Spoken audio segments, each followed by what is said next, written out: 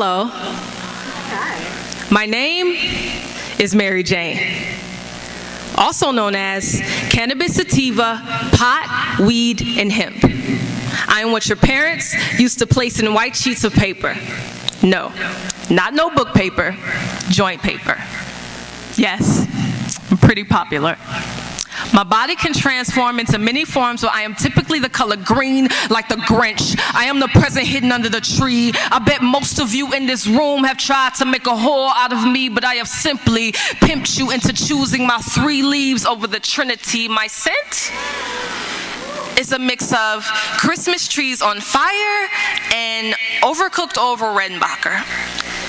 When most people meet me, they break me into pieces and discard my seeds, laying me to rest in a swish of sweet-colored casket. The flick of a lighter ignites me, conjuring up my spirit to make its way into yours. I am nothing more than commercialized voodoo, and you are my Harry Potters. You know?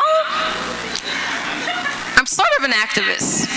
Before the Marijuana Tax Act of 1937, I was completely legal. No handcuffs on my buds, no shackles on my stems. Little do these people know how much I can do for those in need of my help. I abolished the pain of HIV and AIDS patients while amplifying the flesh, making every sin you could ever conceive more desirable than the apple dangling like death in the tree in the sight of Eve. Why do you think that every time you take a puff of me, all of a sudden you get greedy like there are hustlers in your stomach? I cause the munchies.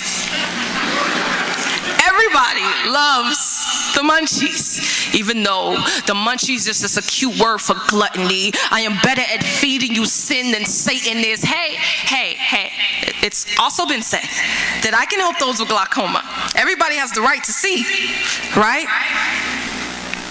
Take one hit of me and watch your eyes become x-rays, addressing every person you see, help you rape, fornicate, and sodomize men and women with your blinks. Lust is simply a sin-laced side effect that comes along with me, and it's funny that those that allow lust to take control in the Old Testament got stoned to death. Go figure. That's the reason why your eyes are the color of red rum when you are drunk off me. I am a murderer in disguise, but nobody dies from weed. The leading cause of preventable death in the U.S. is tobacco. Not me, but your idolatry of me is killing you soft and slow like the Fugees on repeat. You consistently esteem me over the author of your breath. You breathe in my satanic love when you are thirsty for comfort and peace. When you are lonely, you let me sing you lullabies with my lies. When you are hurt, you cry while feasting on my pipes and bongs. You and your friends can't seem to see the suicide you commit every time you do a shotgun. Whoa. First of all, it's not that serious.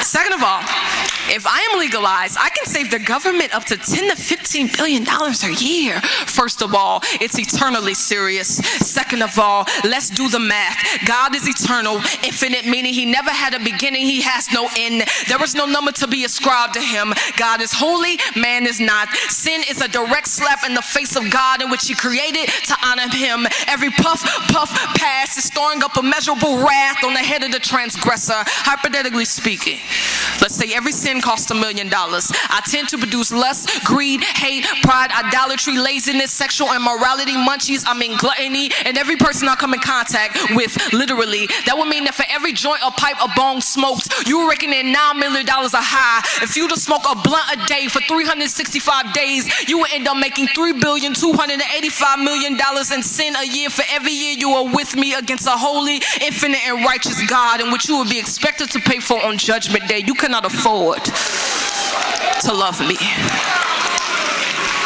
I was not made for you to replace me with the creator. I am not God, but didn't God create marijuana? All weed heads are doing are simply just making use of his high-end artwork. So we should apply that concept to everything God created. Child molesters shouldn't be penalized because they are simply making use of children through forced intercourse, right? Until the earth is flung through the sky, I will continue to justify my lies by helping you pervert the true purpose of my conception. The truth is, I cannot help you. I cannot cure you. I cannot give you peace and joy. I cannot comfort you. I am only temporary. Can't you see I am as fickle as a schizophrenic therapist? I make you feel good for 15 to 30 minutes and then I leave you with the same emotions you had before I came, because I know you will come crawling right back to me. How desperate can you be? I hit you and quit you every time you smoke me. You made me into your master and you really became my slave. The evidence of your bondage to me is in the cotton growing inside of your mouth every time you kiss me. Don't you see? We are not made for each other. A lot of you know me this way, but not many of you know the real me. This is the real me. This is reality. I am more than Mary Jane. I am the resurrected Jekyll and Hyde, and there are two faces to every eye. I am either extremely evil or wonderfully good, and what is good can seem evil, and what is evil is excellent and looking good. Which side of me you want to believe is for you to choose. Lovers of me may not die from lung disease, but they will all suffocate on deception.